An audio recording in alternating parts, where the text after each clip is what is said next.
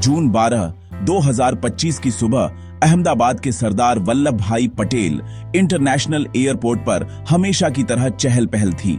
हवा में jet fuel की खुशबू और सफर की हलचल साफ महसूस हो रही थी। एयर इंडिया फ्लाइट AI 171 के 230 यात्रियों के लिए ये सिर्फ एक और यात्रा नहीं थी। ये दिन उम्मीद और उत्साह से भरा था। कोई परिवार लंदन में गर्मी की छुट्टियां मनाने जा रहे थे, कुछ छात्र अपनी यूनिवर्सिटी लौट रहे थे और बिजनेस प्रोफेशनल्स ऐसे सफर पर थे जिसमें नए मौके छुपे थे। हर इंसान के पास अपनी कहानी थी, अपनी वजह थी सफर की, लेकिन सबकी मंजिल एक ही थी, गैटविक एयरपोर्ट। माहौल में एक रूटीन सी थी, check in, security, boarding calls, सब कुछ इतना व्यवस्थित कि कोई सोच भी नहीं सकता था कि आगे क्या होने वाला है। टर्मिनल के अंदर का दृश्य भी मानो इंसानी जज्बातों का एक रंगीन मोज़ेक था। माता पिता अपने बच्चों को हवाई जहाज दिखाकर बहला रहे थे। दोस्तों का एक ग्रुप हंसी मजाक में सेल्फी ले रहा था। चेहरे पर आने वाले एडवेंचर की खुशी थी। एक बुजुर्ग जोड़ा शायद अपने बच्चों से मिलने विदेश जा रहे थे, चुपचाप हाथ थामे इस हलचल को देख रहे थे। यात्रियों में गुजरात के पूर्व मुख्यमंत्री विजय रूपाणी भी थे। भीड़ में एक जाना पहचाना चेहरा। हर किसी के लिए यह फ्लाइट दो दुनियाओं के बीच एक पुल थी, अहमदाबाद की जानी पहचानी गर्मी से लंदन के शोर शराबे की ओर। सफर करीब 9 घंटे का था। आसमान और जमीन के बीच एक छोटी सी यात्रा। फ्लाइट क्रू 12 लोगों की प्रोफेशनल टीम अपनी ड्यूटी के लिए पूरी तरह तैयार थी। कैप्टन सुमित सबरवाल, जिनके पास 8,200 घंटे से ज्यादा का उड़ान अनुभव था, पूरी बारीकी से प्री फ्लाइट चेक कर रहे थे। उनके साथ कॉकपिट में थे फर्स्ट ऑफिसर क्लाइव कुंदर, जो अपेक्षाकृत कम लेकिन सक्षम पायलट थे। केबिन क्रू अपने सीनियर पर्सर के नेतृत्व में मुस्कान और आत्मविश्वास के साथ यात्रियों का ध्यान रख रहा था। उनके भरोसेमंद व्यवहार ने यात्रियों को सुकून दिया, जैसे हर उड़ान में होता है। आखिरी बोर्डिंग कॉल के साथ बाकी यात्री भी विमान में आ गए। सबने अपनी सीट ली, सामान रखा और लंबी यात्रा के लिए तैयार हो गए। केबिन के दरवाजे बंद हो गए, एयरपोर्ट की आवाजें बाहर रह गईं और अंदर एक नई दुनिया बस गई। सुरक्षा डेमो वीडियो शुरू हुआ, जिसे ज्यादातर यात्रियों ने बस यूं ही देखा। जब विमान गेट से पीछे हटा और रनवे की ओर बढ़ा, तब शायद ही कोई सोच सकता था कि इन 230 लोगों में से सिर्फ एक ही इस सफर से लौटेगा। सुबह की उम्मीदें एक ऐसी त्रासदी में बदलने वाली थीं, जिसकी कल्पना भी किसी ने नहीं की थी।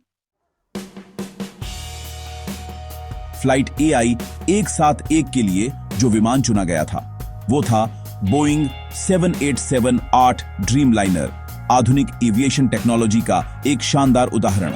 अपने अनोखे डिजाइन और हल्के मजबूत मटेरियल के चलते ये विमान पुराने जहाजों के मुकाबले काफी ज्यादा फ्यूल एफिशिएंट है। इसके खूबसूरत झुके हुए पंख न सिर्फ देखने में अच्छे लगते हैं, बल्कि ज्यादा एरोडायनामिक भी हैं। यात्रियों को इसके बड़े डिम होने वाले विंडो बहुत पसंद आते हैं, जिससे केबिन खुला खुला लगता है। इसमें बेहतर एयर क्वालिटी, हाई ह्यूमिडिटी और एडवांस्ड फिल्ट्रेशन सिस्टम है, जिससे लंबी यात्रा में थकान कम होती है। ये ड्रीमलाइनर एयर इंडिया को जनवरी 2014 में मिला था, यानी अभी सिर्फ 10-11 साल पुराना था। कमर्शियल एविएशन में ये उम्र बहुत कम मानी जाती है। इसमें 2 बड़े जनरल इलेक्ट्रिक GNX इंजन लगे थे, जो अपनी मजबूती और शांत ऑपरेशन के लिए जाने जाते हैं। ये इंजन विमान को जरूरी ताकत देते हैं ताकि 228 टन वजन वाला जहाज आसमान में उड़ सके। बोइंग 787 सीरीज का सेफ्टी रिकॉर्ड बेहतरीन था और ये हादसा इस मॉडल का पहला घातक क्रैश था, जिसने पूरी एविएशन इंडस्ट्री को हिला दिया। इसे दुनिया के सबसे सुरक्षित और एडवांस्ड प्लेनों में गिना जाता था। कॉकपिट के अंदर पायलट्स के सामने एक मॉडर्न ग्लास कॉकपिट था, जहां पारंपरिक डायल्स की जगह बड़ी डिजिटल स्क्रीनें थीं, जो नेविगेशन, इंजन परफॉर्मेंस, मौसम और सिस्टम्स की सारी जानकारी देती थी। ये टेक्नोलॉजी पायलट्स की सिचुएशनल अवेयरनेस बढ़ाती है और उनका वर्कलोड कम करती है, ताकि वो उड़ान को सुरक्षित तरीके से संभाल सकें। ड्रीमलाइनर का fly by wire system pilot के कंट्रोल इनपुट्स को इलेक्ट्रॉनिक सिग्नल में बदलता है, जो सीधा फ्लाइट कंट्रोल सरफेस तक पहुंचते हैं। इसमें कई सेफ्टी प्रोटेक्शन भी हैं, जिससे विमान कभी भी अपने सेफ फ्लाइट इनवेलप से बाहर नहीं जाता, यानी उड़ान बहुत स्थिर और रिस्पॉन्सिव रहती है। 230 यात्री जो अपनी सीट पर बैठे थे, उनके लिए यह बस एक आरामदायक और मॉडर्न विमान था। उन्होंने टेक्नोलॉजी, मैन्युफैक्चरर की रेप्यूटेशन और एयरलाइन की मेंटेनेंस पर भरोसा किया था। ड्रीमलाइनर नाम ही मानो एक स्मूथ और अच्छा सफर वादा करता था। केबिन में मूड लाइटिंग थी जो वक्त के हिसाब से बदलती थी और कम केबिन प्रेशर से सांस लेना आसान था। यह विमान कमर्शियल एयर ट्रैवल का शिखर था, हर सेफ्टी टेस्ट और सर्टिफिकेशन पास कर चुका। लेकिन कोई नहीं जानता था कि यह इंजीनियरिंग का कमाल एक ऐसी अनसुलझी और दर्दनाक पहेली का केंद्र बनने वाला था। सारी प्री फ्लाइट चेक्स पूरी होने के बाद कैप्टन सबरवाल और फर्स्ट ऑफिसर कुंदर ने बोइंग 787-8 ड्रीमलाइनर को अहमदाबाद एयरपोर्ट के रनवे पर ले जाया। मौसम साफ था, एयर ट्रैफिक कंट्रोल से टेक ऑफ की क्लियरेंस मिल गई थी। GNX इंजनों की गूंजती आवाज धीरे धीरे तेज होती गई और फिर एक जोरदार गर्जना के साथ विमान ने रफ्तार पकड़ी। यात्रियों को अपनी सीट से चिपकने का एहसास हुआ, जैसे हर टेक ऑफ में होता है। कुछ ही पलों में सब कुछ बिल्कुल सामान्य था। विमान ने जमीन छोड़ी, नाक आसमान की तरफ उठी और लंदन की ओर उड़ान शुरू हो गई। ये एक रूटीन डिपार्चर था, जैसा हर दिन दुनिया के एयरपोर्ट्स पर हजारों बार होता है। लेकिन जैसे ही पहिए जमीन से ऊपर उठे, कुछ बहुत ही गलत हो गया। विमान की चढ़ाई, जो आमतौर पर स्मूथ और ताकतवर होती है, अचानक रुक सी गई। यात्रियों ने महसूस किया होगा कि विमान की गति में एक अजीब और डरावना बदलाव आया है। इंजन की गूंज अचानक कम हो गई, जो किसी भी यात्री के लिए बहुत ही चिंता की बात होती है। नीचे जो लोग टेक ऑफ देख रहे थे, उन्होंने नोटिस किया कि विमान की चढ़ाई बहुत उथली है। ऐसा लग रहा था जैसे विमान ऊंचाई नहीं पकड़ पा रहा और फिर उसकी नाक डरावने तरीके से जमीन की ओर झुकने लगी। कॉकपिट के अंदर अफरा तफरी मच गई होगी, अलार्म्स बज रहे होंगे। पायलट्स को एक गंभीर इमरजेंसी का पता चल गया था। जांच में बाद में सामने आया कि दोनों इंजन लगभग एक साथ फेल हो गए थे। एक मॉडर्न ट्विन इंजन एयरलाइनर के लिए टेक ऑफ के तुरंत बाद ड्यूल इंजन फेल्योर सबसे खतरनाक इमरजेंसी है। बिना ताकत के विमान सिर्फ एक ग्लाइडर बन जाता है और उसकी ऊंचाई बहुत तेजी से कम होने लगती है। कैप्टन सबरवाल ने मेडे डिस्ट्रेस कॉल दी, यानी बहुत गंभीर खतरे का इशारा। पायलट्स कंट्रोल बनाए रखने की कोशिश में जुटे थे, लेकिन इतनी कम ऊंचाई पर उनके पास कोई विकल्प नहीं बचा था। विमान, जो 40,000 फीट की ऊंचाई पर उड़ने के लिए बना था, अब जमीन की ओर गिर रहा था। नीचे से देखा जाए तो नजारा बहुत डरावना था। वो विशाल विमान, जो अभी अभी ताकत के साथ उड़ा था, अब खतरनाक एंगल पर एक घनी आबादी वाले रिहायशी इलाके की ओर जा रहा था। फ्लाइट AI 171 के आखिरी पल एक बेकाबू जद्दोजहद थे, जिसमें जिंदगी बचाने की सारी कोशिशें बेकार हो गईं। फ्लाइट AI 171 की गिरावट बेहद तेज और डरावनी थी। बिना इंजन पावर के बोइंग 787-8 ड्रीमलाइनर सीधे मेघानी नगर की ओर गिर रहा था, जो एयरपोर्ट के पास ही एक घनी आबादी वाला इलाका है। जमीन पर आम गुरुवार की सुबह का रूटीन अचानक टूट गया। लोग अपने घरों में, सड़कों पर और दफ्तरों में थे। सबने ऊपर देखा, क्योंकि विमान की आवाज कुछ अलग और अजीब थी। जो दिखा वो किसी बुरे सपने से कम नहीं था। एक पैसेंजर जेट बेहद नीचे और बहुत तेजी से गिरता हुआ। जैसे ही सबको एहसास हुआ कि विमान उनके बीच ही गिरने वाला है, वहां अफरा तफरी मच गई।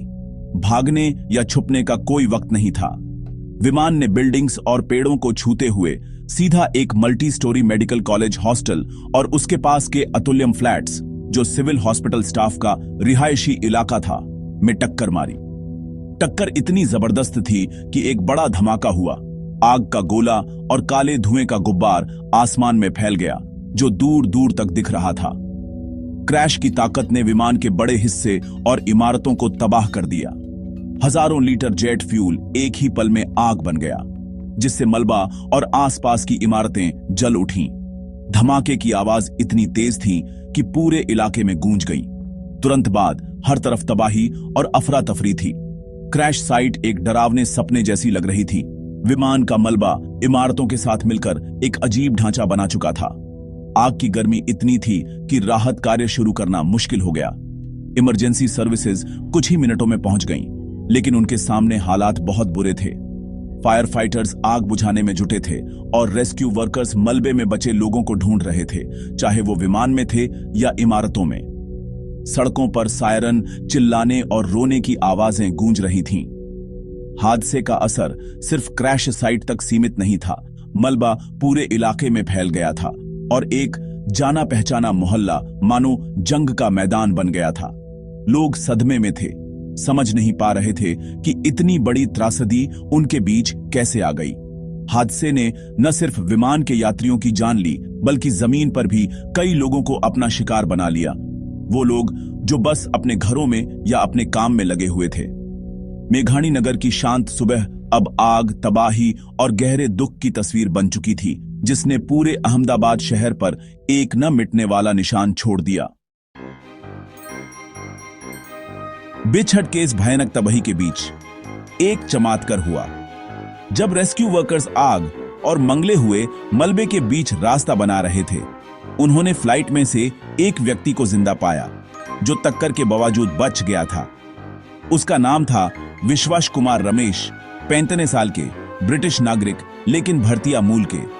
वो सीट 11A पर बैठा था, एक विंडो सीट, एयरक्राफ्ट के पहले एग्जिट रो में। गहरी चोट और जलने की चोट के साथ अभी भी होश में उसने बताया कि टेक ऑफ के कुछ ही सेकंड्स बाद प्लेन ऐसे लगा जैसे हवा में अटक गया हो, फिर अचानक नीचे जा गिरा।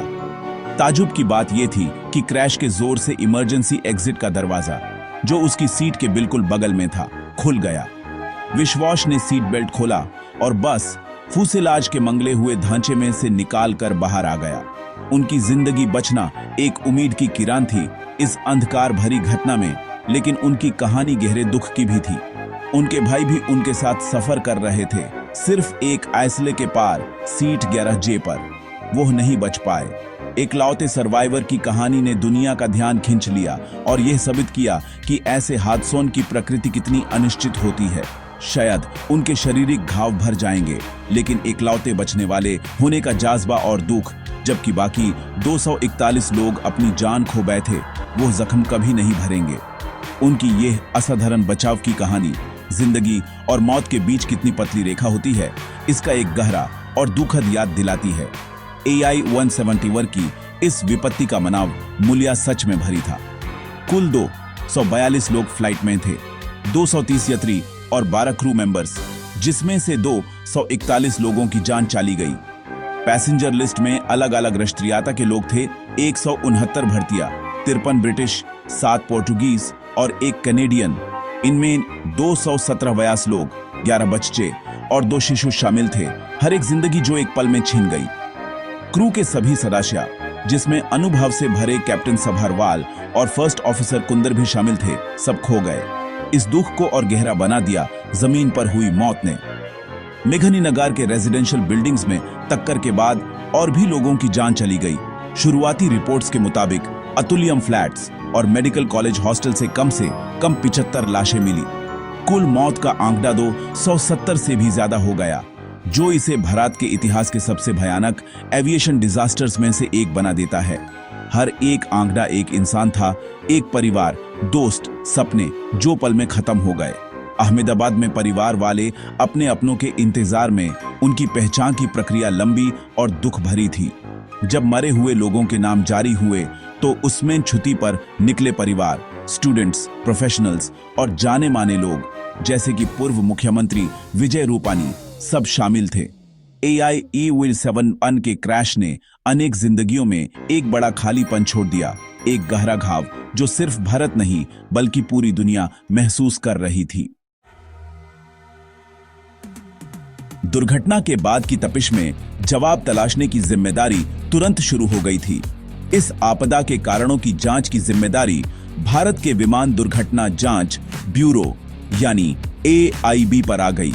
यह जांच बहुत अहम थी, क्योंकि इसमें न सिर्फ सैकड़ों लोगों की जान गई थी, बल्कि यह दुनिया का पहला घातक बोइंग 787 ड्रीम लाइनर हादसा भी था, एक ऐसा विमान जिसे दुनिया भर की एयरलाइंस उड़ाती हैं। जांच टीमों को मेघानी नगर के स्थल पर भेजा गया, जहां उन्होंने क्षेत्र को सुरक्षित किया और सबूत इकट्ठा करने की बारीकी से शुरुआत की। अमेरिकी विशेषज्ञ भी इसमें शामिल हुए, जिनमें बोइंग, जनरल इलेक्ट्रिक और फेडरल एविएशन एडमिनिस्ट्रेशन के प्रतिनिधि थे। जांचकर्ताओं का सबसे अहम लक्ष्य था विमान के दोनों black box, cockpit voice recorder (CVR) और फ्लाइट डेटा रिकॉर्डर (FDR) को ढूंढना। ये डिवाइस बेहद ज्यादा टक्कर और आग को भी झेल सकते हैं और इन्हीं में उड़ान के आखिरी पलों का राज छुपा होता है। FDR हजारों पैरामीटर रिकॉर्ड करता है, जैसे विमान की स्पीड, ऊंचाई, इंजन की परफॉर्मेंस और कंट्रोल इनपुट्स। CVR कॉकपिट की सारी आवाजें रिकॉर्ड करता है, पायलट्स की बातचीत, एयर ट्रैफिक कंट्रोल से संवाद और कोई भी चेतावनी अलार्म। इन रिकॉर्डर्स को सही सलामत ढूंढना इस रहस्य को सुलझाने के लिए बेहद जरूरी था कि फ्लाइट AI-171 आखिर क्यों गिर गई। लेकिन तलाश आसान नहीं थी। मलबा बुरी तरह जला हुआ और बिखरा पड़ा था। एक ब्लैक बॉक्स जो टेल सेक्शन में था, आग से काफी क्षतिग्रस्त मिला और उसका डेटा शुरू में निकल नहीं पाया। सौभाग्य से आगे वाला ब्लैक बॉक्स बेहतर हालत में मिला, लेकिन उसका डेटा निकालने के लिए खास उपकरण चाहिए था, जिसे अमेरिका के नेशनल ट्रांसपोर्टेशन सेफ्टी बोर्ड से मंगवाना पड़ा, जो हादसे के 11 दिन बाद ही पहुंच सका। इस देरी ने जांच की तकनीकी चुनौतियों को उजागर कर दिया।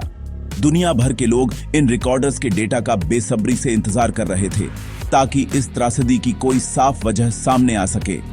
जब तक ब्लैक बॉक्स की जांच चल रही थी, जांचकर्ता जमीन पर मलबे की भी बारीकी से जांच कर रहे थे।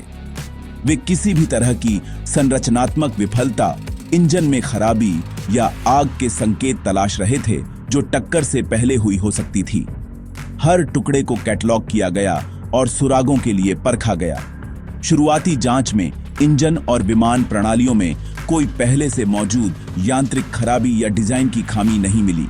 यह नतीजा एक तरफ राहत देने वाला था, लेकिन दूसरी तरफ उलझन भरा भी। इसका मतलब था कि अत्याधुनिक विमान और उसके भरोसेमंद इंजन खुद से फेल नहीं हुए थे। अब जांच का फोकस तकनीकी खराबी से हटकर कॉकपिट के अंदर हुई घटनाओं पर आ गया, एक कहीं ज्यादा जटिल और मानवीय रहस्य की ओर।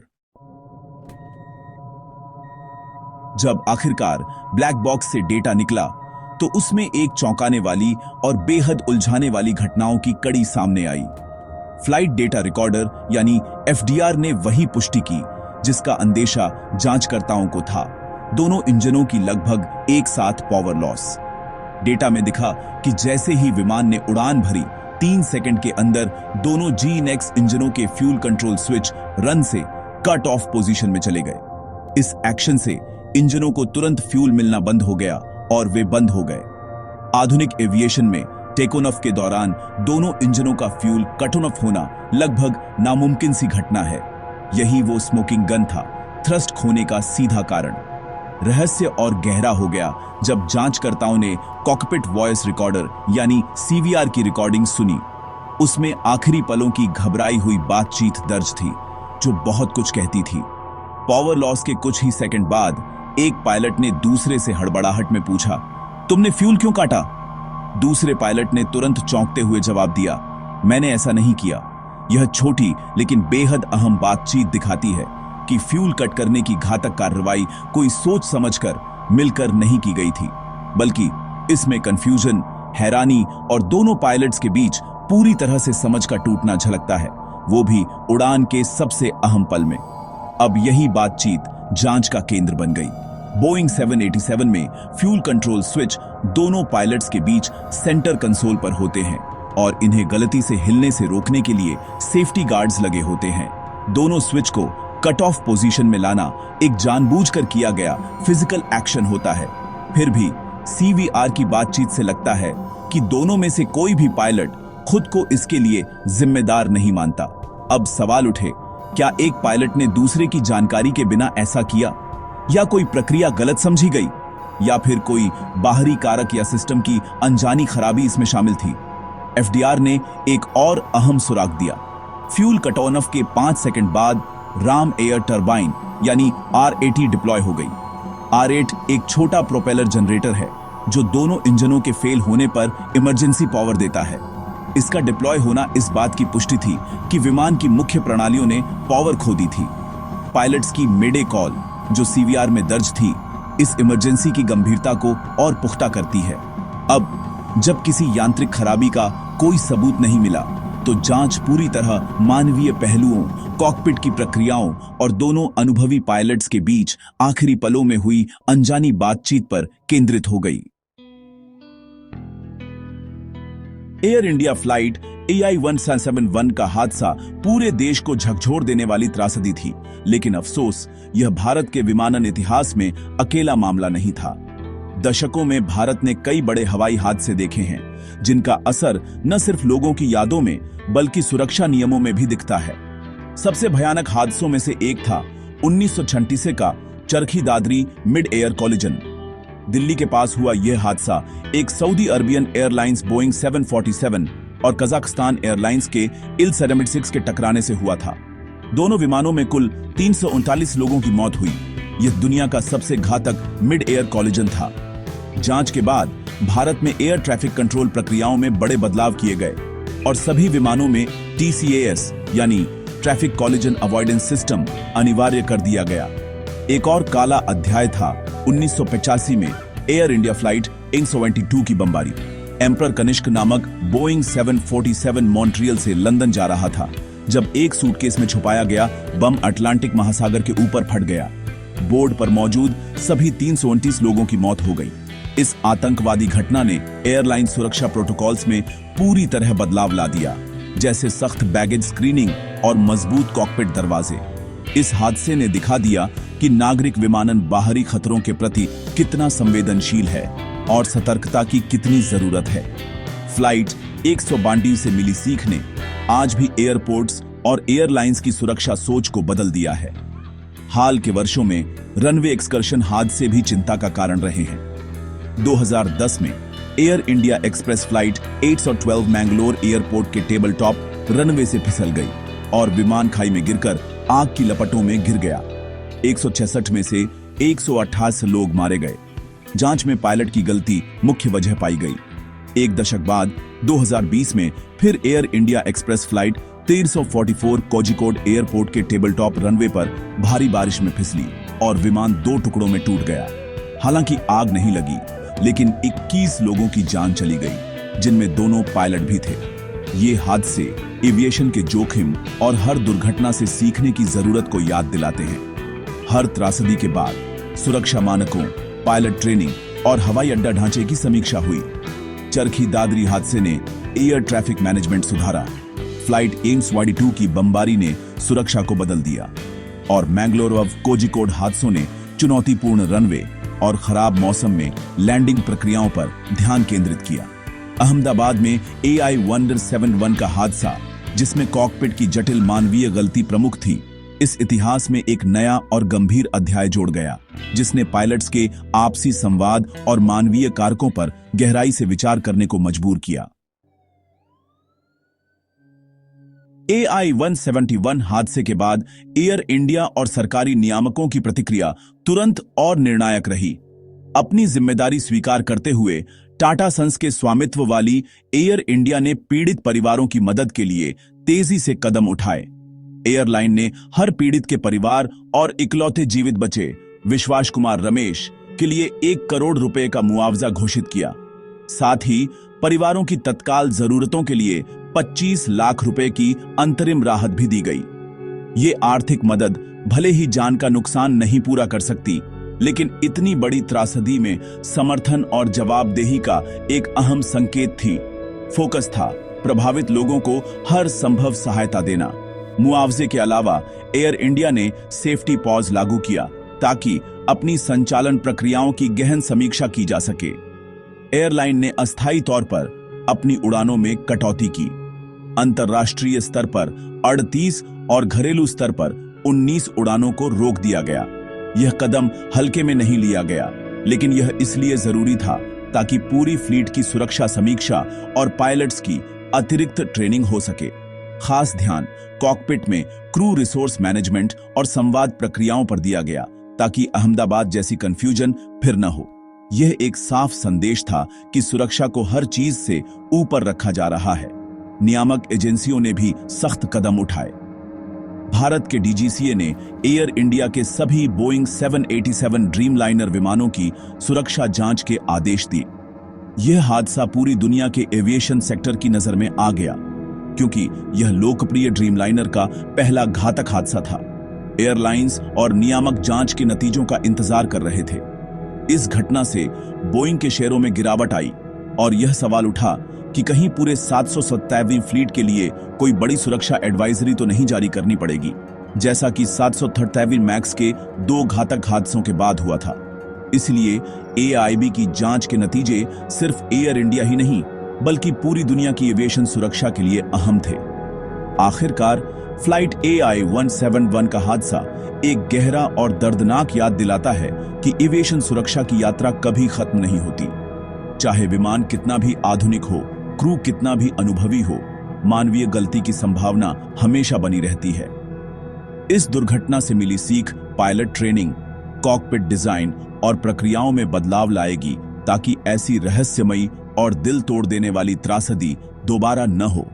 270 से ज्यादा पीड़ित परिवारों का दर्द कभी पूरी तरह खत्म नहीं होगा, लेकिन उनकी याद में पूरी इंडस्ट्री को सुरक्षा के उच्चतम मानक अपनाने की प्रेरणा मिलती रहेगी। यही उनकी सबसे बड़ी विरासत होगी।